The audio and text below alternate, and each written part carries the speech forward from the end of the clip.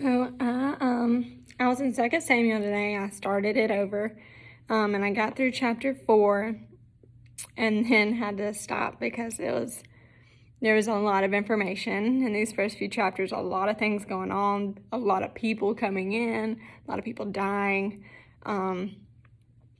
So I kind of had to stop myself because I was getting too much information and I couldn't process it all. So in these chapters, it begins with David finding out about Saul and Jonathan, and he found out because an Amalekite had came and told him, look, they got killed on the mount, and David asked him, how do you know? And that guy, is very proud of himself, and he's like, look, I did it. And he explains how Saul was, on his sword, and he was going to die anyway, so when Saul asked him to kill him, he did. And David responds to this by ultimately making him pay with death, because he said, like who are you to kill the Lord's anointed? That's not your place. That's not your job. And so that man was put to death.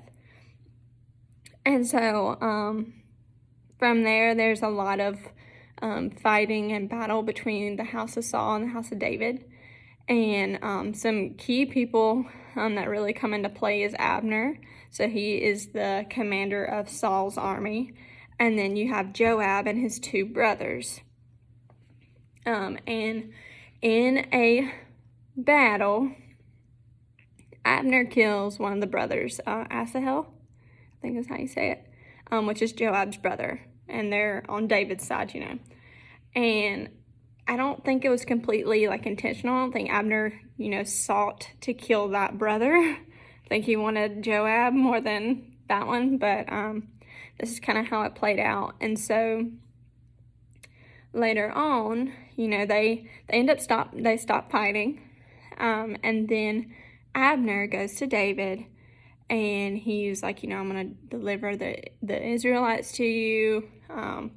They have a really good conversation. They leave in peace. So both sides feel pretty good about where they're at. Abner leaves. Joab finds out that Abner was there, and he's like, David, why? He was deceiving you. All he was doing was coming here to figure out your movements. You should have killed him. Why did you just let him go? And David just kind of, brushes him off. He's like, look, he left in peace. And so Joab did not like that. So he went and found Abner and brought him back and took him in a room and killed him. And David was very upset about this. He said, how dare you kill an innocent man? It was pretty intense. David, publicly mourns about it. And he even says, today, though I'm the anointed king, I am weak. He says that in verse 39 in chapter 3. May the Lord repay the evildoer according to his evil deeds. So Joab does this horrible thing, and David doesn't even know how to punish it. And he says, I am weak in this situation. The Lord is going to have to deal with his evil deeds.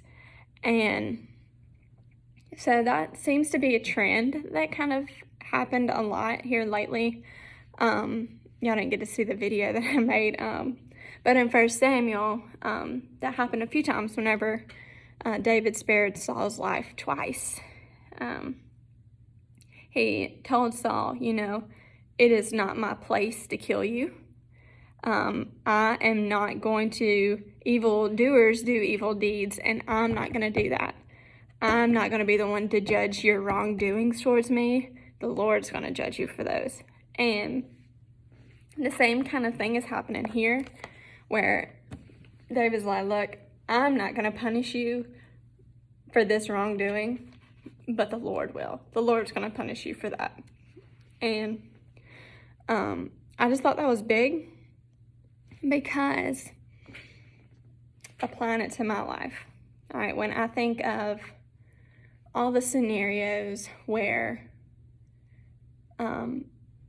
I felt justified in retaliation in my moment for revenge. So Joab, he could have murdered Abner because of his brother, because Abner killed his brother. He could have did it because he really thought that Abner was deceiving David and he was going to take matters into his own hands. Regardless, he dealt with it himself instead of letting the Lord do his work and do what he needed to do to deal with people. And so how often have I had that moment and I reacted like Joab? I took it in my own hands. I wanted to deal with their crime on my own time myself. And when I should have acted more like David, that's not my place. Even though you were doing wrong, even though you did an evil deed, whether it was to me or somebody else, that is not my place. It's not my place to harm you. It's not my place to deal with your crime, because that's the Lord's place. The Lord is going to deal with you in his own time. And I think another big part of this was when he said, may the Lord repay the evildoer according to his evil deeds. And when David had told Saul, evil people do evil things, it doesn't make, like if somebody does something wrong to me and then I retaliate, I make them pay for it, then I have then done an evil deed myself. And so that makes me no better. And I think that's a big thing to remember is a lot of time we try to justify our actions. So like, they did this to me. This is way worse. I didn't even do anything that bad. I just made sure that, they paid a little bit for what they did, or they saw that they had consequences for what they did. And that makes me no better. Even though in my eyes, this isn't as bad. They had to pay for what they had to do. It's the same in the Lord's eyes. An evil deed is an evil deed. And that's hard to rationalize in a human mind, because you do kind of level things like, oh, this wasn't as bad as this, when really they're all kind of on the same level. No, kind of like with the roles, none is more important than the other. Well, no evil deed is worse than the other. They're all evil deeds in the Lord's eyes, and the fact that I feel like I can give that evil deed out and be justified is crazy. So I think ultimately today is what I'm getting is we've got to be like David. We've got to